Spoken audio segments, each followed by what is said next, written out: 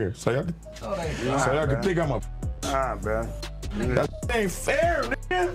Hey, I'm on EBT, bro. Hey, that's why. It all started when Kevin McCall's viral meltdown hit the internet like a bomb. What was supposed to be a chill podcast chat turned into one of the most shocking emotional breakdowns the R&B world had ever seen. Before anyone could blink, Young Thug jumped in. And what followed ended with him and Chris Brown face to face, caught in a wild leaked fight that's got everyone talking right now. But first, let's rewind to where it all began. October 20th, 2025, a date that's now burned into music history. Kevin McCall, 40 years old, sat down for what should have been a regular interview on Back on Fig. Nobody had any clue that during that nearly 3-hour talk, this man was about to pour his heart out and set the whole internet on fire. About 45 minutes in, after being hyped up for his talent, something just snapped. McCall reached into his wallet, pulled out his EBT card, and broke down crying on camera. Straight up raw emotion, no filter. Viewers didn't know whether to feel heartbreak or shock. Here was a dude who helped write some of the biggest R&B hits of the 2000s and 2010s, now crying over food stamps on live video. He confessed that he was $2,000 behind on child support for his daughter Marley, with his ex Eva Marcille. He said he hadn't seen his kid in over a decade and admitted he'd been battling dark thoughts, even mentioning suicidal feelings. Then came the moment that broke everyone's heart. Through tears, McCall made a direct plea to Chris Brown saying, "Give me the $25,000 you owe me for those 4 songs." He even claimed he might be owed up to $3 million in unpaid royalties. The man poured out years of pain in one go.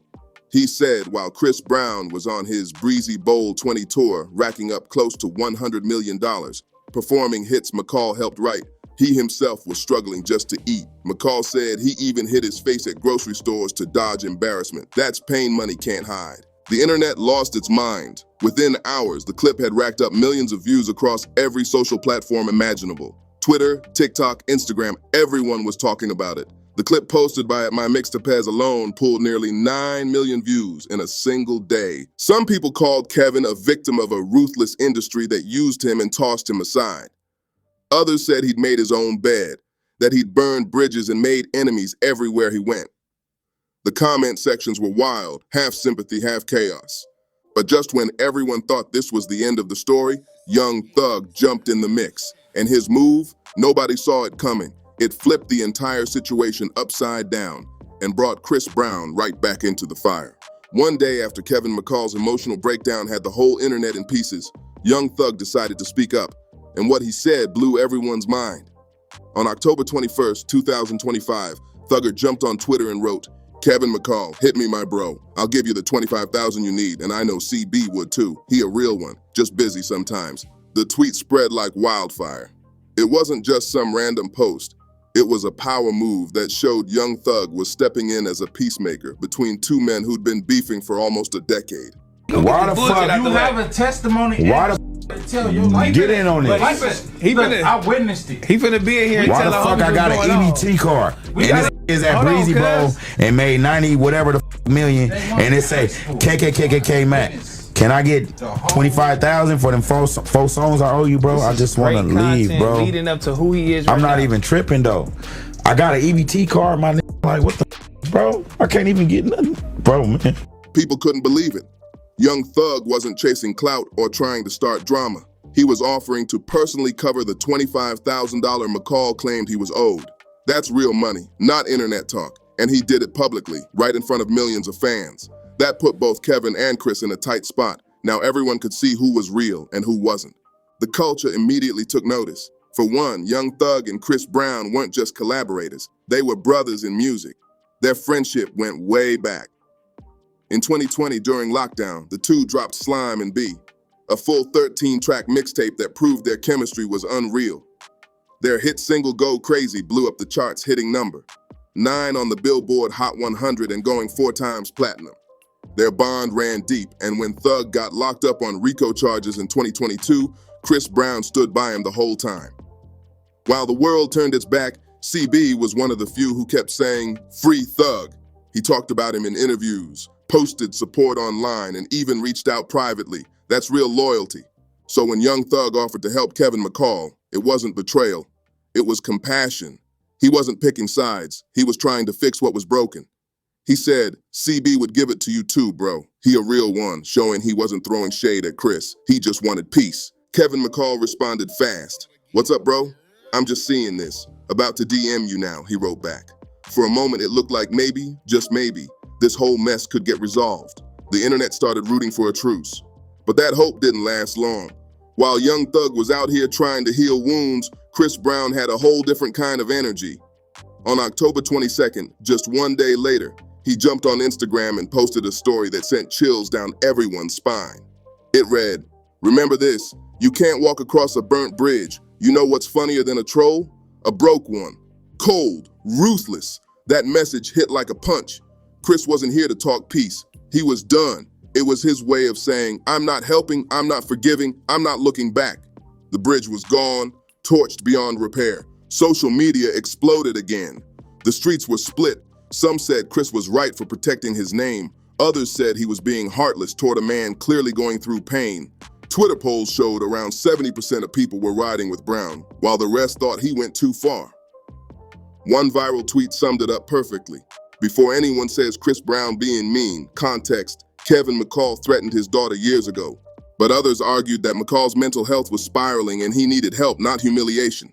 The internet was a war zone of opinions, and while everyone debated who was right or wrong, one thing became clear. This story was way deeper than a few tweets and interviews. This beef went years back, all the way to when Chris Brown and Kevin McCall were like brothers, before everything fell apart. To really understand why things got so messy between Kevin McCall and Chris Brown, you gotta go back to where it all started, when these two were like brothers, before the fame, before the beef, before the threats. What began as a tight bond built on music and loyalty turned into one of the most toxic fallouts the R&B world has ever seen. The spark that reignited the feud came on March 9th, 2016. That's when Kevin McCall decided he was done staying quiet. Actually, basically on a text message saying word. That's all they saying. Like, it's one dude saying, yo, do this, and one dude is saying word. What do you feel about that?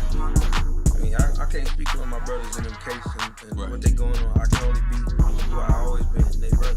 You know, I'm gonna rock with them for life. It's us. He went on Twitter and called out Chris Brown directly, saying, "At Chris Brown, we need to sit down and handle this business. I tried the adult route, but I feel my kindness is being taken for weakness." Boom! One tweet and the whole internet was watching. McCall wasn't throwing shade. He wanted what he felt he earned. Years of work, writing, producing, and helping Chris rebuild his career. And he claimed he never got the full credit or payment for it. He wanted a real talk, not more excuses. But if McCall expected a calm, private response, he clearly forgot who he was dealing with. Because the next day, March 10th, 2016, Chris Brown fired back with a savage Instagram rant that changed everything. He called McCall a bottom feeder and dropped a chilling line that had everyone talking. "Keep messing with me and you won't be able to walk, let alone sing again." That wasn't just a clapback. That was a threat, plain and simple. The R&B world froze. This was no longer just about royalties or contracts. This was personal.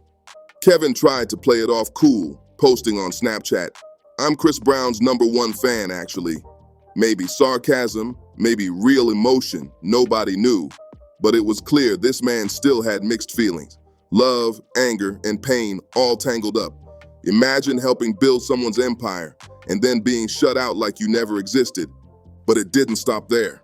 2016 turned into a year of non-stop shots, both subliminal and direct. Kevin would 1 minute demand to be released from his contract, and the next, he'd say he still admired Chris's talent. It was confusing, emotional, and messy, the kind of toxic dynamic everyone in the industry recognized. Then came June 2016, when Kevin dropped a diss track called Baruch, a play on Chris's ex, Karuech's name. Petty? Absolutely. But Kevin admitted later he did it on purpose, to get under Chris's skin. It was payback in lyrical form, and the streets ate it up. Fast forward to December 11, 2017, and McCall decided to take things to a whole new level. He posted a video challenging Chris Brown to a fistfight, saying Chris was soft for bringing guns to what should have been a one-on-one. He was calling Chris out as fake, questioning the tough image Chris had built. Then came the moment that symbolized the death of their friendship for real. McCall smashed his platinum plaque for Deucey, the very song that made both of them famous, right on camera. He captioned it, "Deuces to my past." That video went viral instantly. Chris Brown's response? Just 2 emojis, one straight face, one laughing. That's it. No words, no energy, just pure disrespect. That silence was louder than any diss track could have been.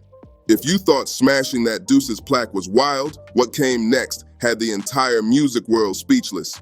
Kevin McCall went from calling Chris Brown out to saying something that would destroy any chance of peace forever.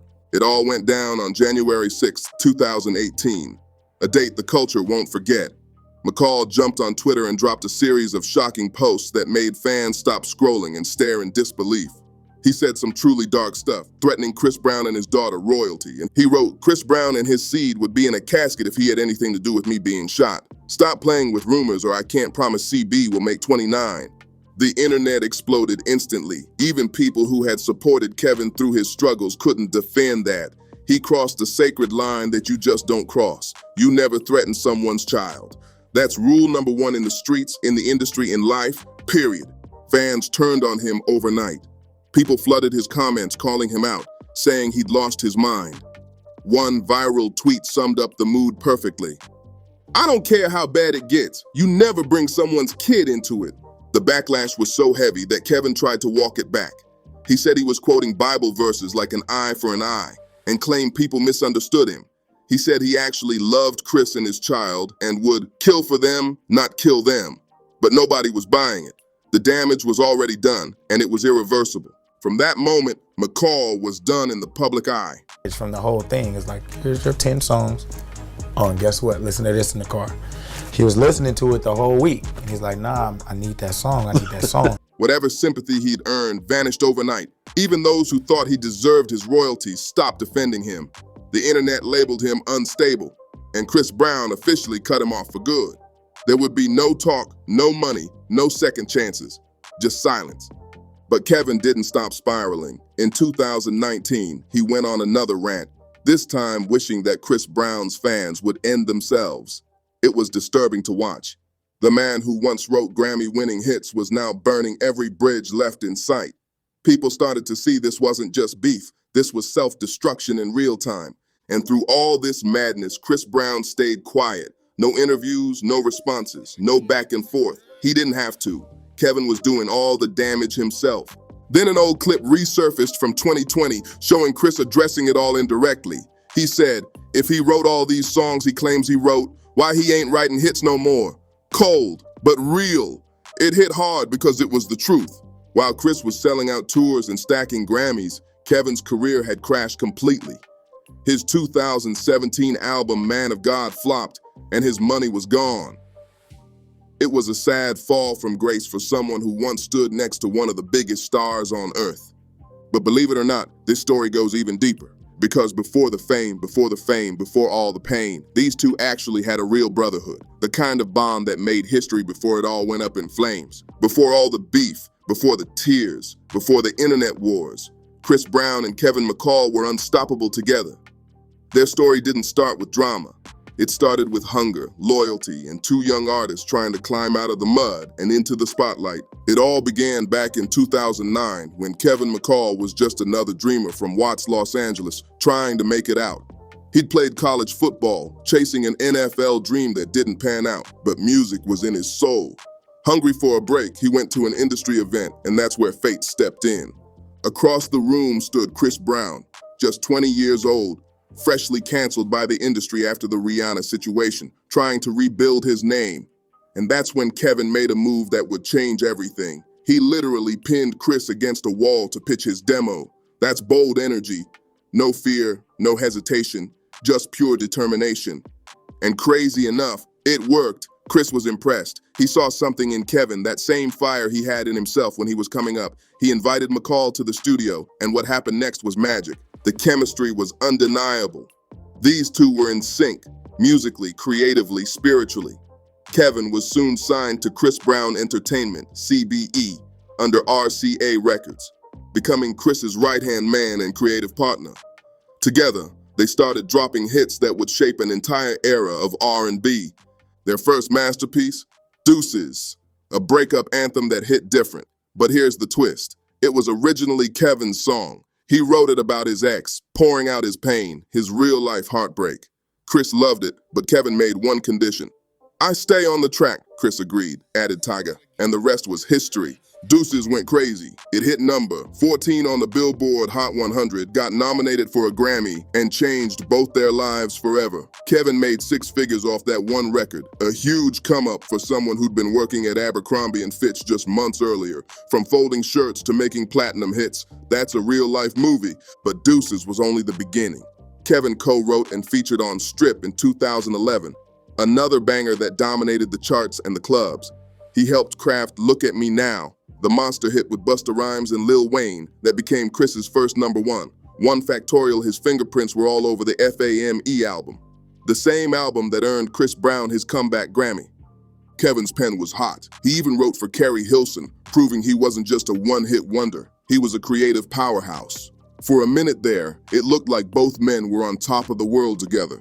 Chris used to call Kevin his big bro, and studio sessions were pure vibes, laughter, beats, creativity, brotherhood. They were family, not just collaborators. The chemistry was so strong that everyone around them said it felt like a movement, the rise of something bigger than both of them. But behind those hits, something darker was building. Pressure, control, jealousy, all the things that fame brings with it. What started as love and respect slowly turned into frustration and resentment. Kevin began to feel trapped, like he was being controlled, boxed in under someone else's image. By 2013, the bond between Kevin McCall and Chris Brown was starting to crumble. The hits were still coming, the fame was rising, but behind the scenes, tension was building like a ticking bomb. Kevin started feeling boxed in, like he wasn't free to move how he wanted. In interviews, McCall said straight up that Chris wanted him to project a certain image. Grown, sexy thug appeal. But that wasn't who he really was. Kevin wanted to show his own lane, his own vibe, not play a character built for someone else's brand. You could feel the frustration boiling under the surface. The real breaking point came in 2014, and it started with what seemed like something small, a collaboration with Keke Palmer. Yeah, that Keke Palmer.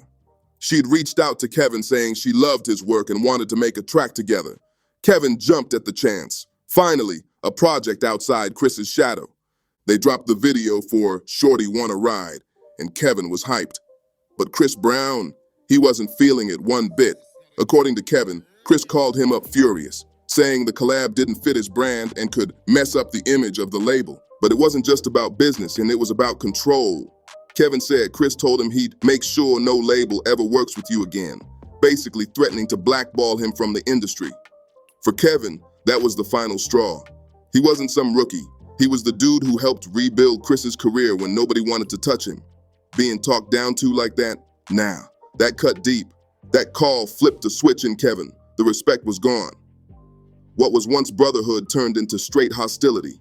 McCall said it felt like he was being treated like an employee instead of family. And worse, that people in Chris's circle were plotting behind the scenes to shut him down. He claimed the manager was blocking opportunities, sabotaging his solo moves, and freezing him out of deals. Then the money drama hit harder. McCall said that despite Deuces hitting 500 million streams and still getting spins years later, he never saw the royalties he was promised. He claimed his publishing deal under Chris's company was predatory, with contracts he didn't fully understand at the time. To make it worse, Kevin said his deal with RCA, the one Chris helped arrange, was all smoke and mirrors. He wasn't even listed as a signed artist on their website. Budgets got spent on producers he didn't need, credits got shuffled, and at some point he said his name was straight up removed from songs he helped create, like Look at Me Now. That was it, the betrayal that ended everything. To Kevin, it felt like being erased from history by the very person he'd helped build up. The pain, the anger, the feeling of being used, it all came pouring out in every rant, every diss, every breakdown we've seen since. And now, years later, with new footage surfacing of Young Thug and Chris Brown's private confrontation, it feels like all that old energy is coming back. Fans are split once again, some blaming Chris for the coldness, others saying Kevin's actions sealed his own fate. But one thing's for sure, this saga proves how fast brotherhood can turn into betrayal in the music game. 1 minute, you're creating magic together. The next, your enemies for life. The leaked footage just brought that truth right back to the surface. Raw, painful, and unforgettable. If you're still here, make sure you like, subscribe, and share to stay locked in with Street Fame Files. Drop your thoughts in the comments. Whose side are you on? And don't miss our next deep dive. It's about to get even wilder. See you on the next one.